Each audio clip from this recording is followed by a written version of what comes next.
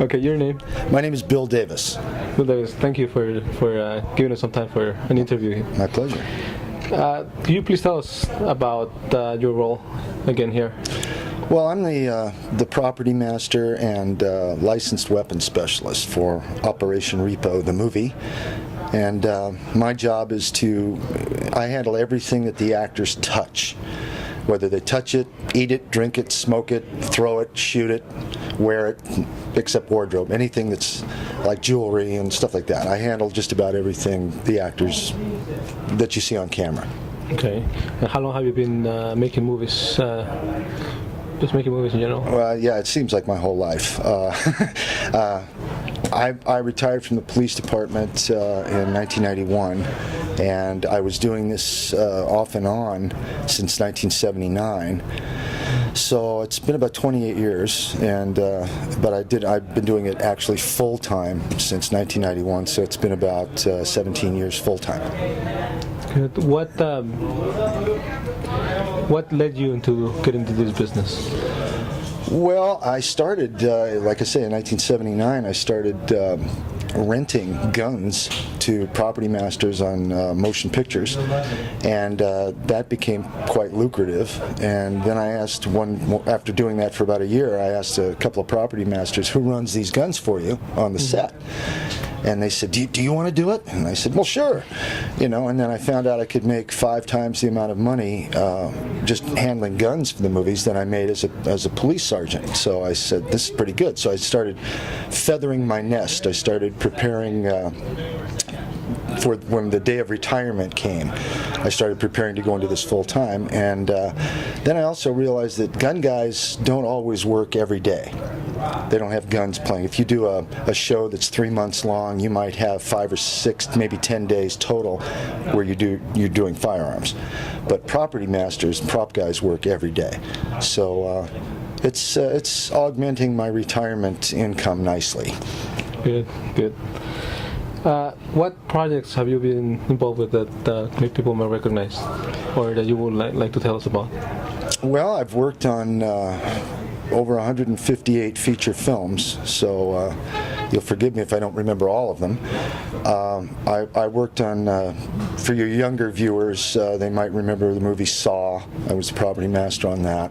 Was it the first one or all 4 of them? The first one was I'm told that was the best one. I haven't seen the other ones because they made the other ones in Canada. Oh, I see. Can't subsidize non-American activities. Anyway, so I did Saw, and then I did Mystery Men as a weapons specialist for Ben Stiller, and I did Road to Perdition as Tom Hanks' weapons specialist, and I've just done so many. I've done the Tremors 3 and Tremors 4. There's just been a lot of different films that I've done that I can't remember them all, to tell you the truth. I mean, maybe I'm having a senior moment here, but I just can't remember all of them. But I've been around a while. I've done a few. Is there a favorite movie, favorite project that you've worked on that you particularly liked? Well, to be correct, I guess you'd have to say that it's Operation REPO.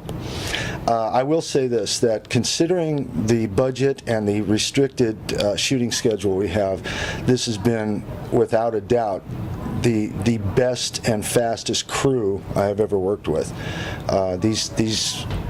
These folks here are just, we're all sucking it up. We're all dying out here in this tremendous heat.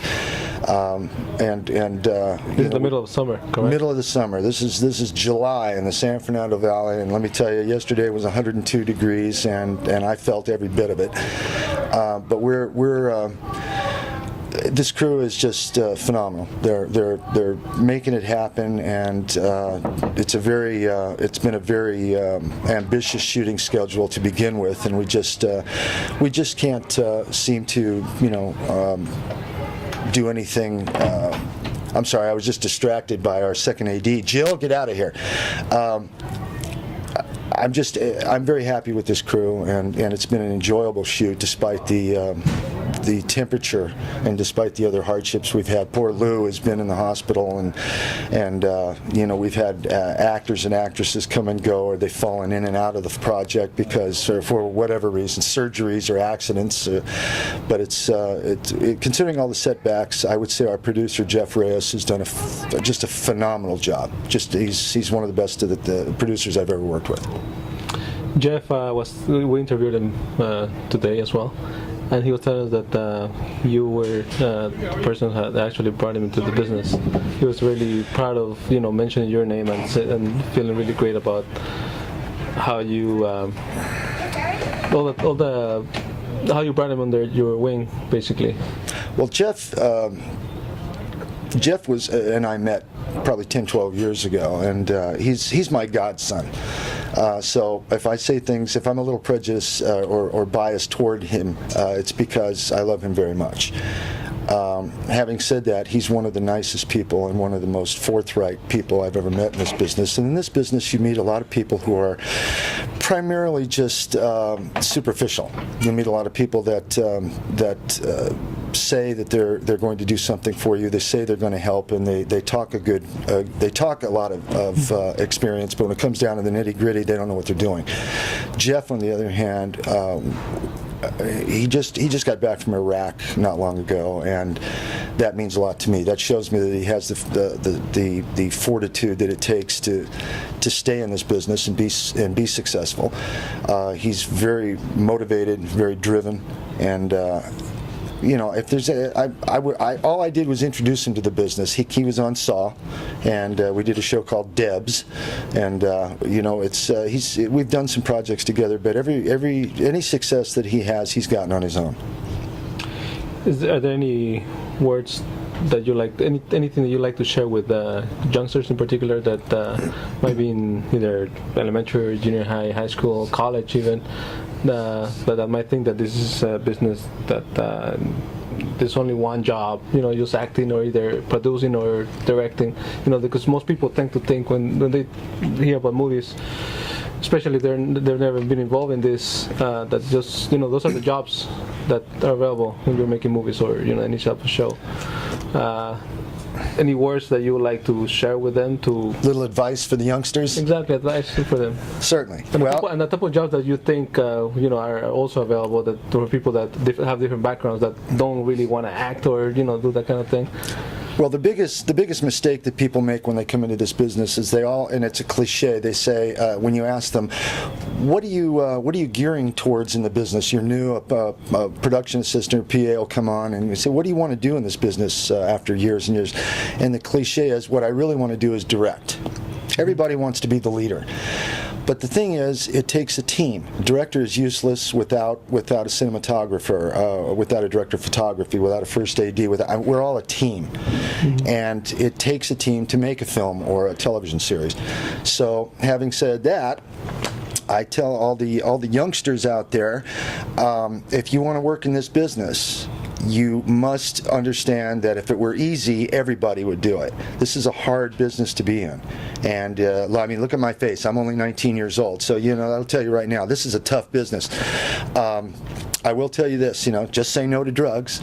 And if you want to come into the business, have a realistic expectation that it's going to take you years to get into a position where you can be respected and you have the experience to choose projects that you want and that you can do what you have to do. So anyway, I recommend that if you have a good, clear objective in mind. If you want to direct, that's fine. You will learn more as a PA on a television series or on a film than you will in 4 years of film school. And I'm sure all of our PAs here have learned more than they would have thought possible. It's a great business to be in. When you're working, there's no business like it. And when you're not working, it is the pits. So they say there's no business like show business, and that's absolutely correct. So. Thanks a lot for your time. Really appreciate it. Thank you.